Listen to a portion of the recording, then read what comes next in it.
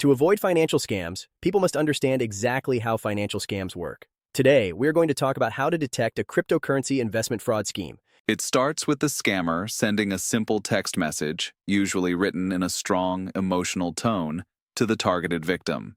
At this point, the scammer and the victim are complete strangers. When the victim replies that the message was sent to the wrong number, the scammer apologizes sincerely and then uses that moment to start a casual conversation. That wrong number suddenly becomes the doorway to becoming an online acquaintance, and the scam begins. 下面是一个例子，展示骗子如何利用发错号码的短信，通过3个步骤与受害者建立联系。步骤1，最初的发错号码联系骗子。我那么信任你，你竟然骗我，你这个骗子。这类信息的写法非常巧妙，语气强烈，情绪化，能瞬间抓住受害者的注意力，引发强烈好奇心，让人不自觉想回复。如果受害者忽略这条信息，自然不会落入陷阱，但很多人会因为语气或内容而回应。更重要的是，这条短信把骗子塑造成受害者，被欺骗、被辜负的人。大多数人会对受害者产生同情，而且信息暗示骗子是一个太容易信任别人的人，因此看起来更可信。受害者，我不知道你要找谁，但我想你发错号码了。受害者礼貌地告诉对方发错号码。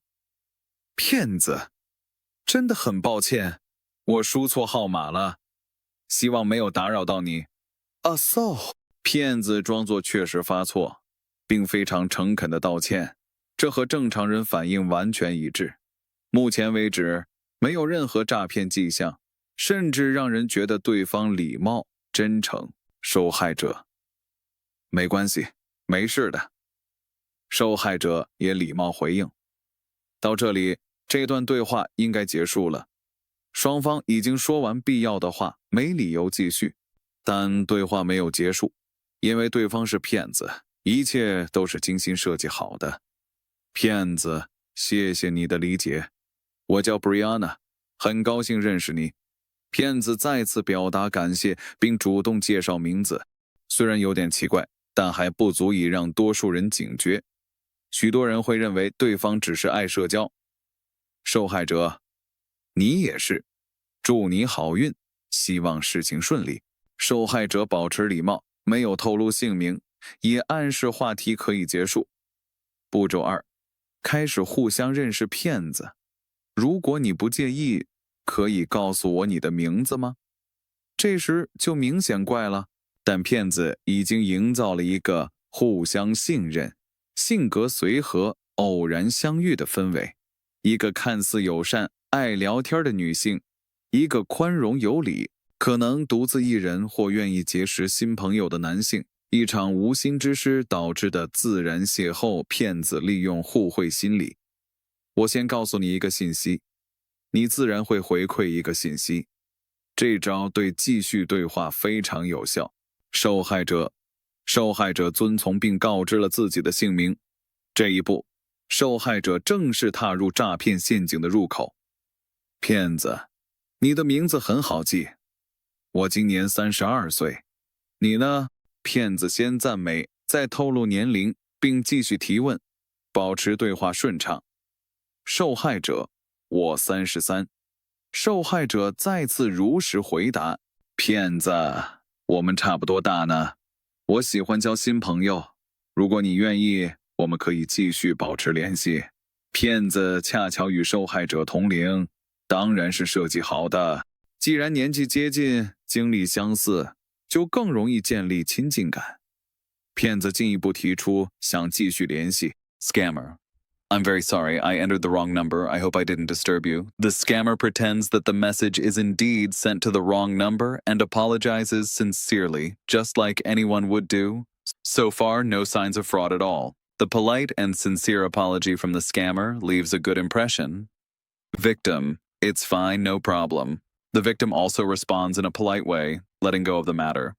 So far, so good. This conversation should end here. They have exchanged necessary messages. There is no need for further conversation. However, it did not, because the message sender is a scammer. Everything is meticulously designed and arranged. Scammer, thank you for your understanding. My name is Brianna. Nice to meet you. The scammer thanks the victim for forgiving this small error. It is not really necessary, but still okay. However, the scammer self-introduced herself and told the victim her name.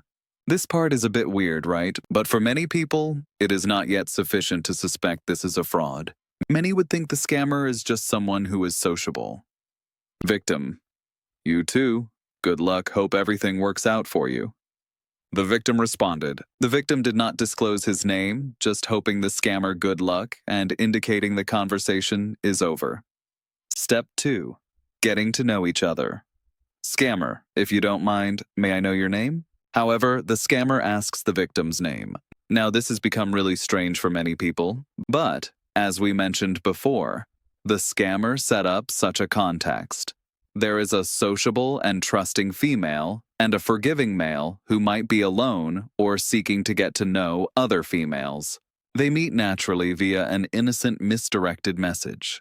The scammer uses reciprocal psychology, always revealing personal information first and then asks for similar information back from the victim. This setup is often very effective in keeping people continuing the conversation.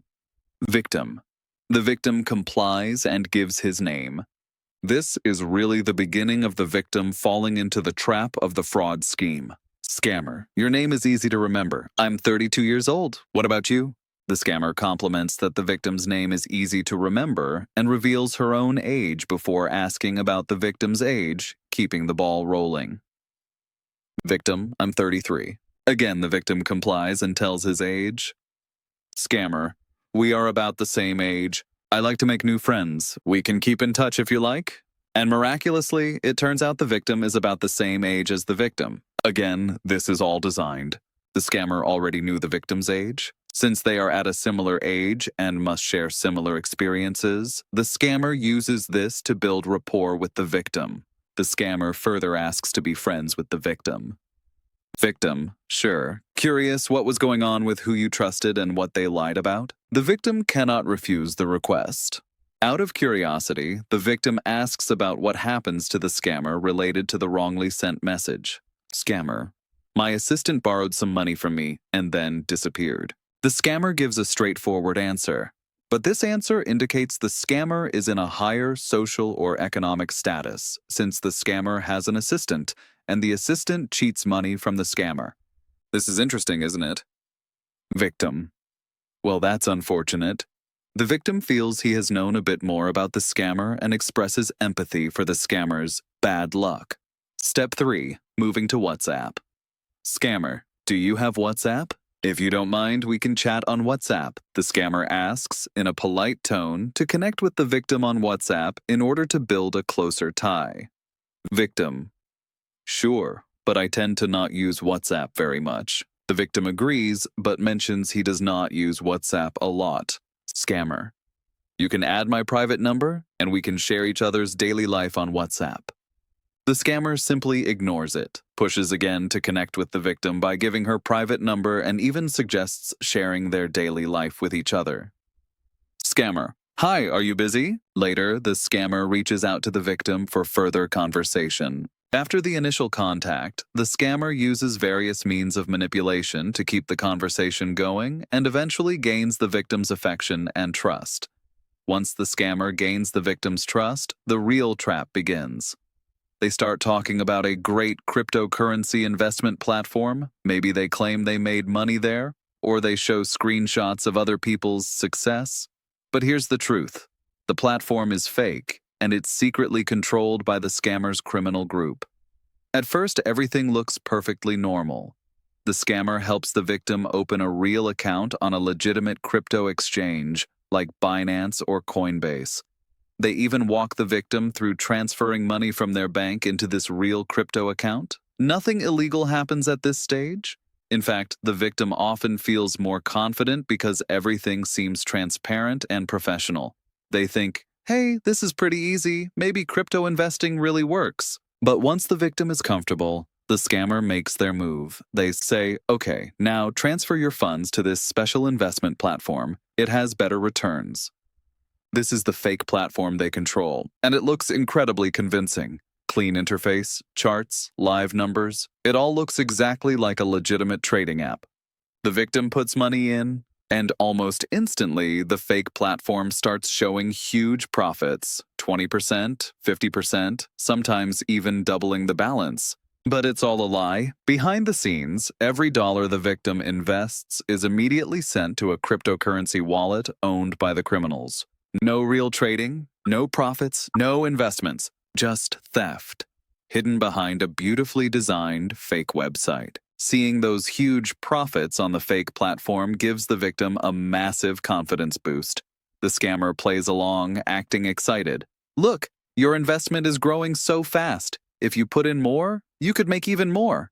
And because the platform looks so real, the victim believes it. But what happens when the victim runs out of money? The scammer doesn't stop. They start pushing harder. Why not take a loan? Maybe borrow against your home? Maybe ask friends or family to invest too? Their goal is simple: drain every dollar the victim can access. And many victims end up emptying their savings, maxing out credit, or borrowing money just to not miss out. Then comes the moment the victim tries to cash out. Suddenly, the platform says, "You can't withdraw your money unless you pay extra fees or taxes." This is the scammer's last attempt to squeeze out even more money. But even if the victim pays, nothing comes back. Eventually, their account gets frozen, locked, or simply disappears, along with all their funds. Some scams take this even further. Victims are told they're joining an exclusive investment group, a team effort where everyone invests together to boost profits. This plays on social proof. If others are doing it, it must be safe, right? These victims might invest for weeks or months, seeing steady fake profits. Until one day, everything is gone. The scammers blame the victim. You clicked the wrong button. You didn't follow instructions. The loss is your fault. And the most heartbreaking part? Some victims actually believe that explanation. They don't even realize they were scammed. They think they just made a bad investment. Here's a real example of how scammers push victims to keep investing more and more. A victim started with a small deposit, $5,000, into a fake crypto investment site. This site pretended to be the crypto branch of a well-known, legitimate exchange. After the victim deposited their money, the platform showed huge profits. Everything looked real, and the scammer stepped in to push the next move. The scammer told the victim about something called quick trading, a special feature that supposedly generated even higher returns. But there was a catch. To join this exclusive option, the victim needed to put in at least $50,000, and the money would be locked up for 90 days. So the victim agreed. According to the fake website, this option promised 2% profits every single day for 3 months. An insanely unrealistic return, but the platform made it look completely legitimate. At the end of the 90-day period, the victim checked their balance on the site and saw that their $50,000 had magically turned into $145,000. This number was fake, but the victim didn't know that. Seeing these unbelievable returns, the scammer went further. They said the real money came from investing in ICOs, initial coin offerings, and because the victim thought they had already tripled their investment, they trusted the scammer completely. The victim ended up depositing $800,000 into what they believed was an ICO. The fake site then showed their account skyrocketing to $8 million. Again, everything on screen was fake.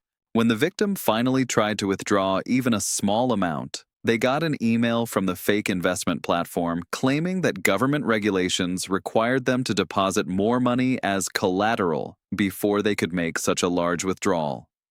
Desperate to unlock their $8 million, the victim wired another $550,000 worth of cryptocurrency into the site, and after all that, they were locked out. No withdrawals, no refunds, no access, all of the victim's money gone. 希望以上信息对你有所帮助。